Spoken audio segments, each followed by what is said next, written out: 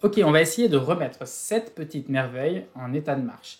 Cette machine à calculer, parce qu'il s'agit d'une machine à calculer, on va voir comment elle fonctionne dans quelques instants, est la plus rare, sans aucun doute, de ma collection, et pour une raison très simple, c'est qu'elle n'a jamais été commercialisée. En fait, il ne s'agit pas vraiment d'une machine destinée à être utilisée pour faire des calculs, il s'agit d'un modèle pédagogique. Et ça se voit à deux choses. Déjà, c'est qu'il n'y a que des boutons de 1 à 5, autrement dit, on ne peut faire que des additions de nombres de 1 à 5 avec cette machine à calculer, ce qui est quand même un peu limité. Et la deuxième chose, et ce qui va être le plus intéressant pour nous, c'est que elle est fabriquée dans une boîte transparente, ce qui fait que l'on voit intégralement son mécanisme à l'intérieur, avec tous ces petits ressorts, tous ces petits engrenages, tous ces petits machins qui vont venir coulisser les uns sur les autres, pivoter les uns autour des autres pour faire les calculs à l'intérieur. Et on va pouvoir observer tout ça et décortiquer tout ça pour voir comment elle fait ses calculs. Alors le fonctionnement est tout simple, vous avez ici entre ces deux barres l'écran d'affichage, ici 0, 0, donc 0 unité, 0 dizaine, et ici les boutons qui permettent de faire des additions. Donc, si j'appuie sur 1 par exemple, hop, je passe à 1 sur l'écran d'affichage. Et si maintenant j'appuie sur 2, 1 plus 2, j'obtiens bien 3. Si j'appuie sur 3, j'obtiens 6. Mais si j'appuie maintenant sur 4, je reviens à 0, 0. Et c'est la raison pour laquelle je vous disais en début de vidéo qu'on allait essayer de la remettre en état de marche, c'est que voilà, le mécanisme de passage de retenue ne marche pas bien. En fait, c'est pas très grave, il semblerait juste que ce soit pas très bien huilé. Elle est un peu grippée là, la machine, il y a un peu trop de frottement. Vous voyez, il suffit que je pose mon doigt là ici sur cette petite pièce et paf, ça fait passer la retenue automatiquement. Et en fait, vous avez un petit ressort en dessous qui normalement devrait être assez puissant pour tirer sur cette pièce tout seul.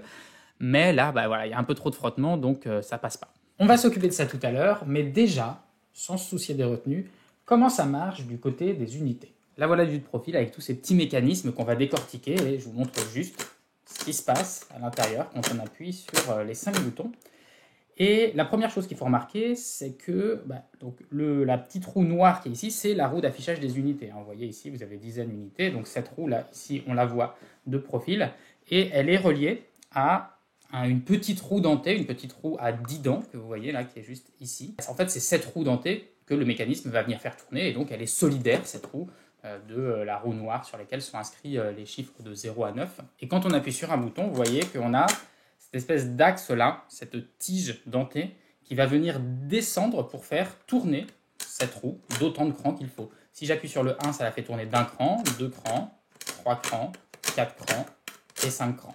Ça, c'est l'idée générale, mais évidemment, pour que tout marche bien, tout doit être calibré au millimètre et même au dixième de millimètre. C'est vraiment très très précis. Et donc, vous voyez que quand on appuie sur les boutons, ça fait tourner là ce grand pivot triangulaire. Si par exemple j'appuie sur le bouton 2, vous le voyez là qui tourne autour de cet axe-là ici. Et sur ce grand pivot, vous avez 5 petites cales. Alors vous en avez la première là qui se trouve juste ici, on ne la voit pas très bien parce qu'elle est un peu cachée derrière. Mais la deuxième se trouve là, la troisième, la quatrième et la cinquième tout au bout. Et en fait, c'est en venant heurter ces cales que les boutons vont s'arrêter. Si on regarde la cinquième, parce que c'est là où le mouvement est le plus ample, donc vous voyez là, je peux le toucher, là, la petite cale qui est juste derrière. Et si j'appuie sur le bouton 5, vous allez la voir qui va venir remonter pour venir pile poil arrêter le bouton qui lui est en train de descendre. Vous voyez, j'appuie tout doucement. Et là, hop, les deux sont venus se caler l'un dans l'autre vraiment de façon très précise. Et évidemment, cette petite cale, vous voyez qu'elle a une certaine hauteur pour que ça s'arrête pile poil à un certain endroit. Et la découpe de la pièce a été faite, ça a été calculé par les ingénieurs qui ont conçu cette machine, de façon à ce que de l'autre côté, ça fasse tourner la roue d'exactement 5 crans. Alors évidemment, derrière tout ça, vous avez vu que quand on lâche le bouton, tout revient en position automatiquement. Tout ça, c'est grâce à des ressorts. Vous voyez que chaque bouton est monté sur une tige avec un ressort. Chaque bouton a son propre ressort vertical. Et c'est ça qui fait que quand j'appuie sur un bouton, hop, il remonte tout seul.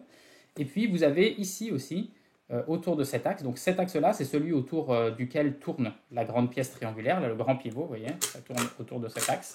Et là, vous avez un ressort aussi, que vous voyez ici.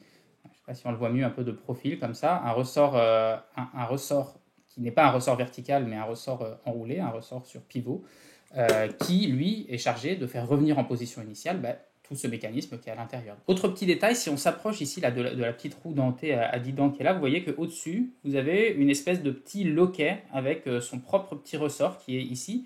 Et ça, c'est simplement lui qui est chargé de faire en sorte que la roue ne puisse pas s'arrêter dans des états intermédiaires. C'est-à-dire que là, au niveau de l'affichage, on a toujours 1, 2, 3, 4 ou voilà, des nombres entiers. On ne peut pas s'arrêter entre 1 et 2 ou entre 2 et 3. Vous voyez que là, si vous regardez donc cette petite pièce qui est là, quand on va appuyer sur un bouton, eh bien, vous voyez, elle s'ouvre un petit peu et clac, elle vient arrêter la roue dans une position entière. Clac, une deuxième. Et si jamais je monte et que là je lâche avant que ça aille, que ça aille bloqué dans cette position, eh bien en relâchant, ça revient à la position d'avant. Ça ne peut pas rester entre les deux. D'ailleurs, autre chose importante, vous voyez que quand on appuie donc sur un bouton, ça fait descendre ici cette tige qui fait tourner la roue. Mais quand on relâche le bouton, on ne veut pas que la tige en remontant refasse tourner la roue dans l'autre sens pour revenir dans la position de départ. Et pour ça, alors déjà la roue elle est bloquée par le petit loquet qu'on vient de voir, mais il faut que cette tige elle puisse se dégager de la roue pour pouvoir remonter sans être bloquée. Et ça, c'est l'objectif de ce petit mécanisme, là, ces petits axes que vous voyez là, qui rendent juste cette branche, cette tige, très légèrement souple par rapport au reste du mécanisme, ce qui fait que vous voyez, si je relâche tout doucement, vous la voyez qui se dégage légèrement et qui peut remonter sans faire tourner la roue. Donc voilà, ça c'est vraiment important, sinon ça resterait bloqué. Et alors dernière chose pour avoir vraiment tous les détails, vous voyez que là, quand on appuie sur les boutons, ça fait basculer cette grande pièce triangulaire, là, ce grand pivot, et ça le fait basculer autour de cet axe, on a dit. Mais vous voyez que les boutons ne sont pas tous du même côté de l'axe. Vous avez les 3 premiers qui sont ici à gauche et les 2 autres qui sont à droite. Alors quand on est à gauche, ça va, il suffit d'appuyer sur la pièce pour la faire pivoter dans le bon sens. Vous voyez, si j'appuie là, comme ça ou comme ça, ces 3 boutons ils vont directement appuyer sur la partie gauche de la pièce. Mais évidemment, pour les 2 autres boutons, là, si on appuie directement sur ce grand triangle, ça ne va pas le faire pivoter dans le bon sens. Et c'est pour ça que vous avez là derrière, je ne sais pas si vous voyez, mais on a une autre pièce et qui va se glisser derrière pour aller appuyer du bon côté. Donc là, vous voyez, si j'appuie sur le 5, j'appuie là sur ce morceau-là, qui derrière va venir appuyer, là, à ce niveau-là à peu près, alors on ne le voit pas très bien parce que c'est derrière, va venir appuyer sur le pivot pour que effectivement ça le fasse basculer dans le bon sens et venir avancer à chaque fois de 5.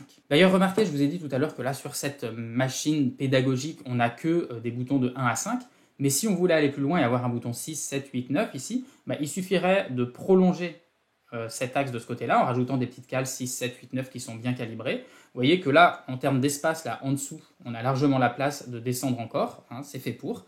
Et si vous regardez ici la petite branche crantée qui est là, elle a déjà 9 crans, donc en fait, avec exactement les mêmes pièces, on pourrait tout à fait prolonger cette machine. Il est temps de passer maintenant au mécanisme des retenues qui passent des unités aux dizaines. Et pour ça, je vous le disais, il va falloir réparer un peu le petit mécanisme qui est là.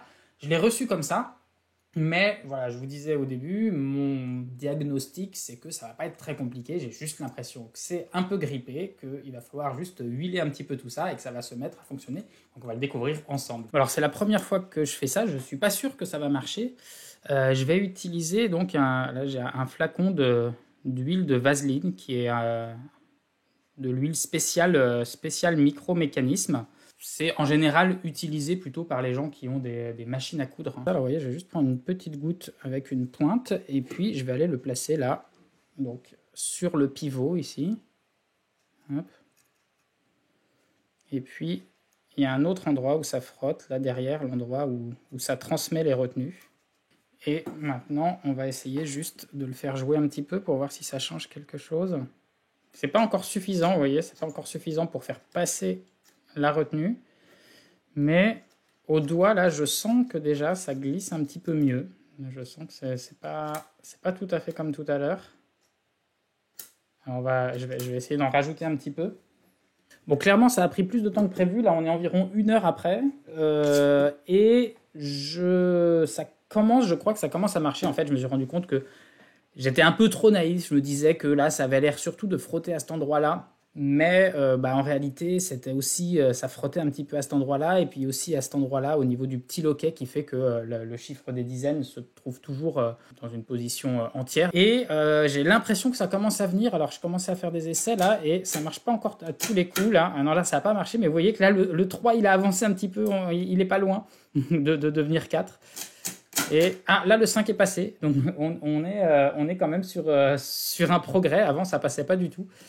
Et donc, j'imagine, le 6 est passé, le 7 est passé, et ça a l'air de marcher. Là, il y a un instant, vous voyez, là, il y a un instant quand je faisais des essais, ah non, là, le 8 ne passe pas. Donc, clairement, ça va mieux. Je pense qu'il faut le faire fonctionner un petit peu, là, maintenant. Bon, voilà, là, en fait, j'en ai pas rajouté depuis la dernière fois. Je viens juste de passer 3-4 minutes à juste le faire tourner. Mais là, ça y est, toutes les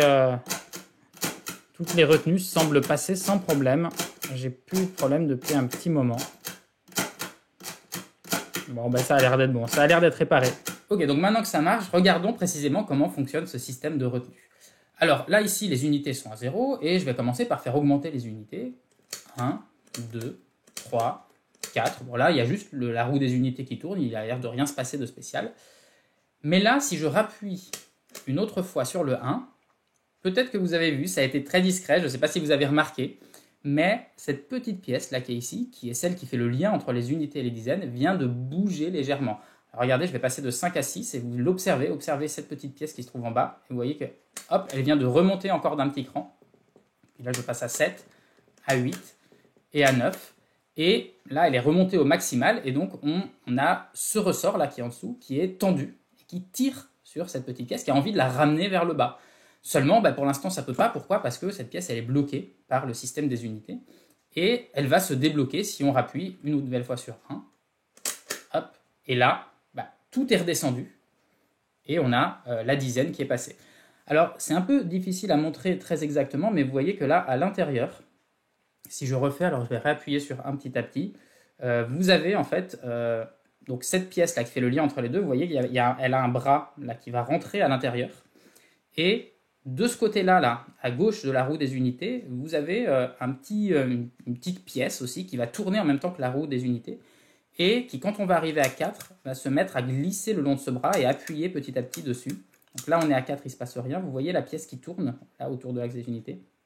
Et là, on va appuyer petit à petit sur ce bras qui passe derrière. On le voit à peine, là, il est tout en dessous, le bras. On appuie, on appuie, on appuie. Et là, on arrive au bout du bras. Voilà, je ne sais pas si on peut le voir par-dessous. Là, ici, vous le voyez là derrière, ce bras qui se prolonge. Et en arrivant au bout du bras, le petit loquet qui est fixé à la roue des unités, il va lâcher ce bras.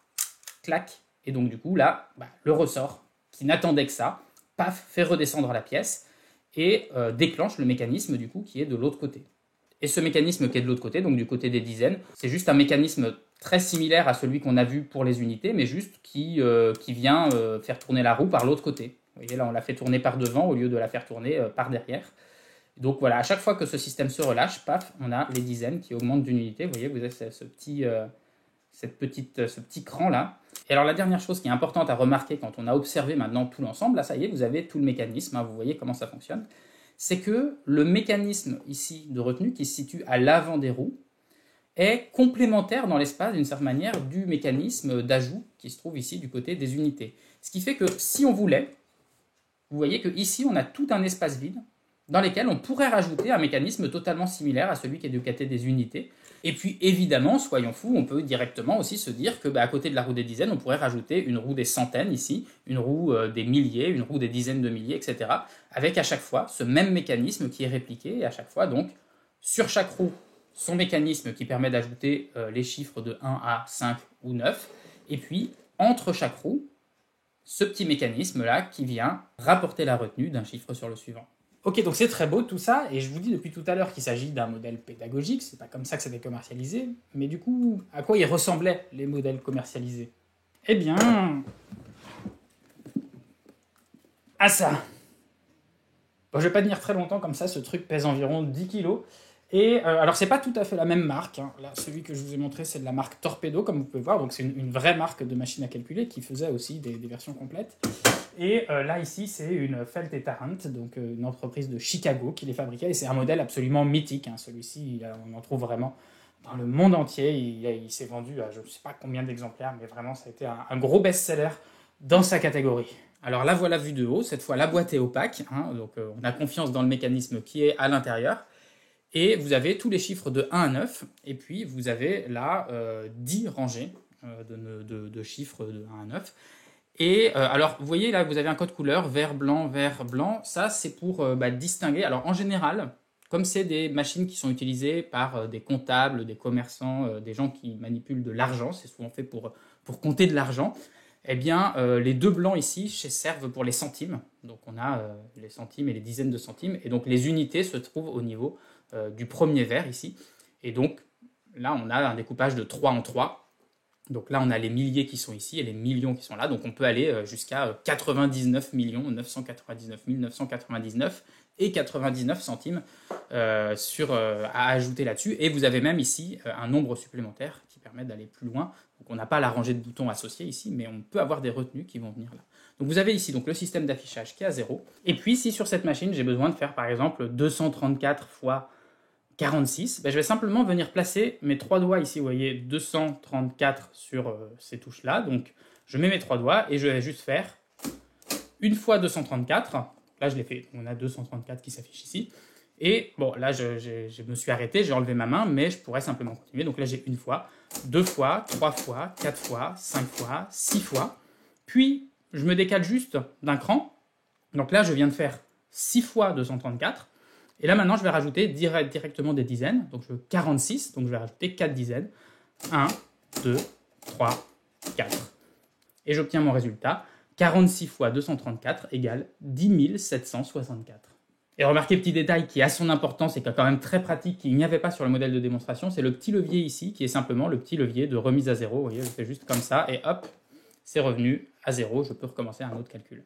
Alors quand même, il y a une question qui se pose quand on voit ce genre de grosses machines assez lourdes et volumineuses, c'est qui s'est intéressé à l'époque où c'était commercialisé, ça, donc principalement début du XXe siècle, quand on sait surtout qu'à la même époque, il y avait également des modèles réduits, il y avait également des calculatrices de poche, telles que des Adiator par exemple, que je vous avais présenté dans une précédente vidéo. Ben, la réponse à cette question, vous venez de la constater, c'est surtout la rapidité. Vous voyez qu'il a fallu seulement quelques secondes pour faire un calcul comme 234 fois 46. Et évidemment, ce genre de machine, on ne la trouve pas chez monsieur et madame tout le monde. Elle est utilisée surtout par des gens dont c'est le métier de faire beaucoup de calculs. Typiquement des comptables. Ils investissent dans cette calculatrice, ils la posent sur leur bureau et elle leur sert à longueur de journée. Et dans ce cas-là, effectivement, le gain de temps, il est considérable. Il faut 3-4 secondes pour faire une grosse multiplication avec un comptomètre, là où il va falloir 15, 20, 30 secondes avec une machine de type Adiator. Alors évidemment, tout dépend de l'usage que vous en avez. Si vous êtes un petit commerçant qui a besoin d'une calculatrice pour faire ses comptes une fois par semaine, une Adiator suffit largement. Si vous êtes un comptable qui enchaîne des centaines de multiplications dans la journée, vous allez gagner un temps considérable si vous investissez dans un comptomètre. C'est tout pour aujourd'hui, j'espère que cette vidéo vous aura plu. Depuis le temps que je devais la faire, celle-ci, les plus anciens qui suivent la chaîne depuis des temps immémoriaux se rappellent que j'avais fait à l'époque une série, j'avais commencé à l'époque une série sur les machines à calculer qui s'était arrêtée après le 3e épisode. Et régulièrement, dans les commentaires, on me demande à quand la suite de la série sur les machines à calculer. Eh bien voilà, c'était aujourd'hui et promis, je ne vais pas attendre à nouveau 5 ans avant de faire la suivante. Un immense merci à toutes les personnes qui soutiennent mon travail sur Ulule. C'est grâce à vous que je peux consacrer plus de temps aux vidéos cette année. Et on se retrouve donc bientôt pour de nouvelles découvertes mathématiques. Ciao!